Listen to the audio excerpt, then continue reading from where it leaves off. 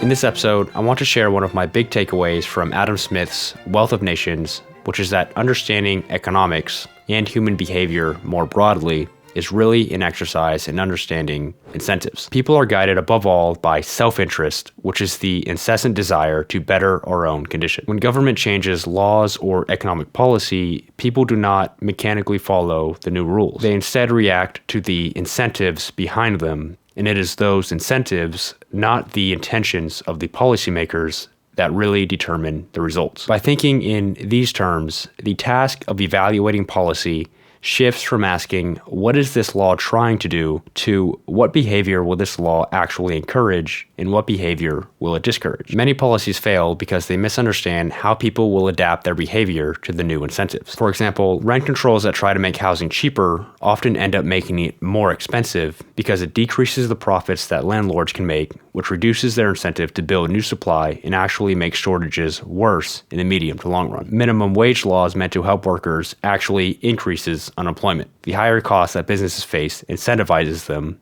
to cut their workforce. Welfare programs meant to support the poor can discourage work and hurt the poor in the medium to long run, because if benefits drop sharply when someone earns more income, people may avoid taking these better paying jobs because they'd lose more in the short-term benefits than they gain in wages. Clearly, the intended outcome and the real outcome of a policy can be very different. The key in predicting and understanding the real outcome is best done by analyzing the incentives that the policy promotes, not the intentions behind it. Smith's insight can also be applied to how we think about economic systems more broadly. If the goal of an economic system is to maximize wealth for the society, then the system that incentivizes the individuals within that society to maximize their wealth will generate more wealth than the system that does not as strongly incentivize the individuals. In socialist or communist systems, where economic equality is encouraged over personal profit, the incentive to work hard, innovate, and take risks is discouraged in the individual. As Smith writes, if all persons in the same kind of work were to receive equal wages, there would be no emulation and no room left for industry or ingenuity. And he adds, a person who can acquire no property can have no other interest but to eat as much and to labor as little as possible. On the other hand, a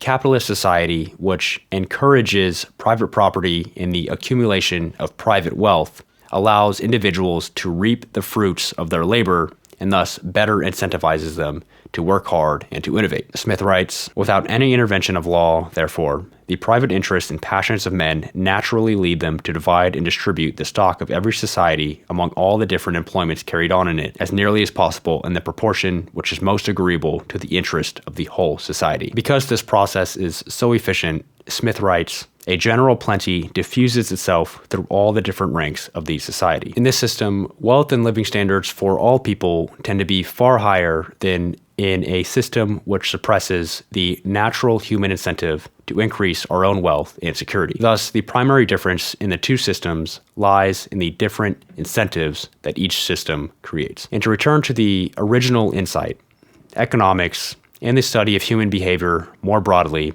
is at its core the study of incentives. If we want to understand why individuals, businesses, and governments behave the way that they do, we have to look first at the incentives that the system creates. Because people act in their own interest, and they always will, and they will follow the incentives that they have been given. Thanks so much for watching. Leave a comment if you have any thoughts about any of the material that I covered in this video. I would love to learn from you and get a discussion going. And if you're interested in learning about philosophy or the economy more broadly, and how the ideas from these ancient books still apply to modern life today, then make sure to subscribe to follow along, and I hope to see you in the next episode.